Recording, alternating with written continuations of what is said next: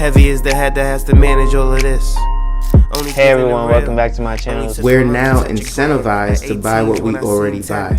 Fumbling through college had me building. I also got some done on the other side. And that was right around, I would say, May, maybe right before renewing the lease for this property. Welcome to the channel, Martha. Thank you for having me here.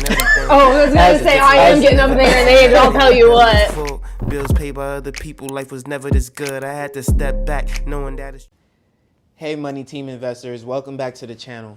So, I just wanted to talk about how the rich get richer and what Warren Buffett did while investing in a Chinese company also known as BYD.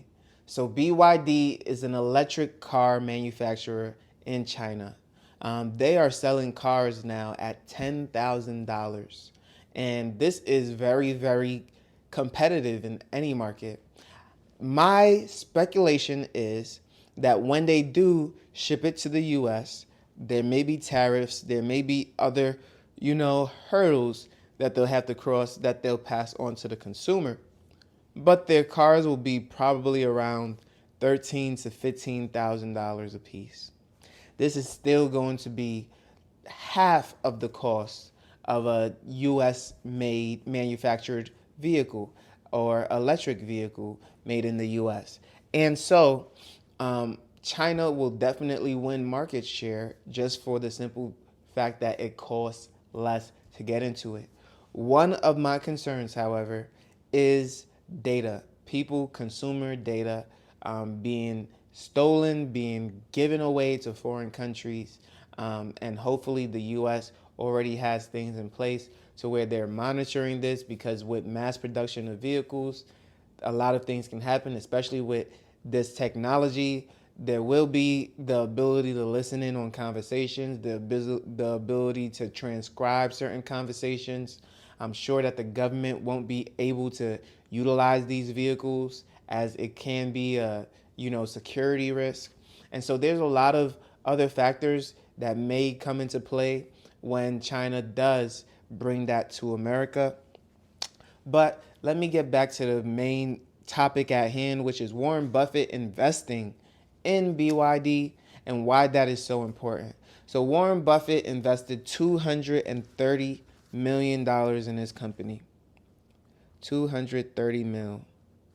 And the reason why I bring up that number is because when you are wealthy, and obviously this is the money from Berkshire Hathaway, so it is your money that he is investing if you've invested in Berkshire Hathaway, and is now deploying it into BYD stock. BYD stock at the time was nowhere near what it is today, but Warren Buffett had more than a 1,000% gain from that $230 million investment. Now, $230 million, when your portfolio is worth billions, is a very, very conservative assessment of buying into a certain company. In fact, we can't even really call it a huge swing or something that will turn the tables. This is what I call a speculative investment at the time that is no longer speculative. And what do we do with speculative investments? If you've been watching my channel, you know that you should not invest more than 5% of your net worth into speculative investments. When I say your net worth, that includes your equity in your home, your stocks, your savings, and whatever other forms of income you may have that have been generated and are currently a part of your net worth. So that can be a lot of money depending on who you are. And for Warren Buffett, I'm not saying that that was 5% because it's nowhere near it. It was even less than 1%. But $230 million seems significant, but it was actually a very small incremental piece of the pie.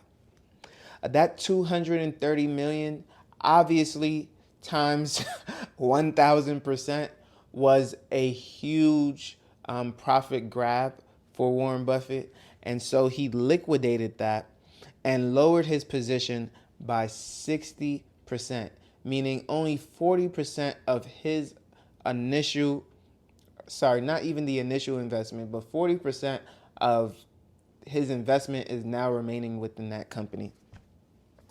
So if 230 million times 1,000%, you do the math if you like, he took 60% of that out as cash flow. Obviously made the money back, kept some in as he still believes in the company. But that company is most likely a bigger position in his portfolio today and is probably right aligned with all the other smaller companies that you just have around. So for example, I'll give you an example. I invested in Facebook when they were just releasing the metaverse and everyone was getting rid of Facebook, right? Because nobody wanted to wait for that 10-year play. As a younger individual, I know that I will be around to see the day that Facebook is up and running with this metaverse. And them being the first to market is going to be very impactful. Right now, it doesn't look good. Right now, there's a lot of concerns. Right now, there are other competitors that are doing a better job. But because of how much money they have behind them, because of how much I believe in Mark Zuckerberg as an individual, I'm willing to invest in that future. Now, does it always take a lot of money in order to make money? No, not necessarily. And that's why BYD can come into a market and take over where Tesla has had the reins for such a longer period of time. But again, I just believe in Mark. I believe in the company. And even if there are competitors, Facebook or Meta will be a top competitor within that space. And that is something that I can bank on. So Facebook ended up going up in value. And again, I am not your personal advisor. I'm not your financial advisor. I'm just an average guy on YouTube talking about one of my particular investments that I still own today. And as Facebook went up in value, you know, I'm just counting down the days until Meta is fully revealed. It might take a little longer than expected, might take a little longer than anticipated, but once it is out, that stock price will just go up even more. And I can't wait to see the day because that's where the dollar signs come in. Now, for companies who are looking to make profits immediately, that is not necessarily an investment that they would make right away. They're more focused on a long-term play. They're more focused on doing things that impact them in the now, right? Warren Buffett had a long-term play with BYD. If he had saw a weakened market, probably would have pulled that money out because, again, a speculative investment at the time. If I had saw that Facebook couldn't fulfill its promises or Meta couldn't fulfill its promises, I would have most likely looked at a different avenue in a company that I then believed in more. Because it's all about not only belief in a company, but also, you know, managing expectations.